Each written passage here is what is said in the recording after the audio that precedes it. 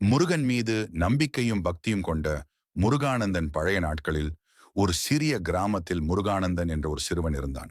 அவன் மிகவும் ஃபக்கிரமாக இருந்தாலும் அவனது இதயம் முழுவதும் முருக பக்தி நிறைந்திருந்தது.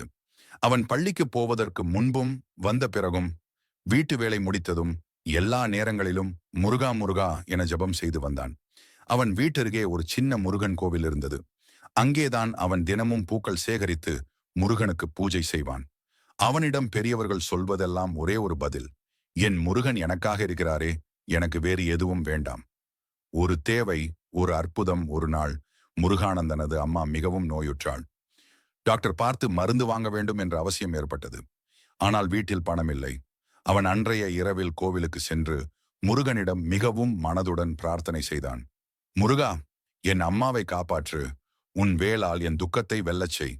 அன்றிரவு அவன் தூங்கும் பொழுது ஒரு கனவில் முருகன் தோன்றி, உன் வீட்டு வாசலில் நான் என்னுடைய அருளை விட்டு போகிறேன் என்று சொன்னார். அடுத்த நாள் காலை வீட்டு வாசலில் ஒரு மூதாட்டி ஒரு பாக்கெட்டை கொடுத்து, இதை உன் அம்மாவுக்கு பயன்படுத்திக்கொள் என்று சொல்லிச் சென்றாள். பாக்கெட்டில் பணமும் மருந்தும் இருந்தன. முருகானந்தன் ஓடிப்போய் கோவிலில் நன்றி சொல்லி, நீ இல்லாம என் வாழ்க்கையே இல்லை முருகா என்று அழுதான். மொழிவுரை: அந்த நாள் முதல் கிராமத்தில் உள்ள அனைவரும் முருகனிடம் நம்பிக்கையுடன் பிரார்த்தனை செய்யத் தொடங்கினர். முருகானந்தனின் பக்தியும் அவன் பெற்ற அருளும் அனைவரையும் கவர்ந்தது.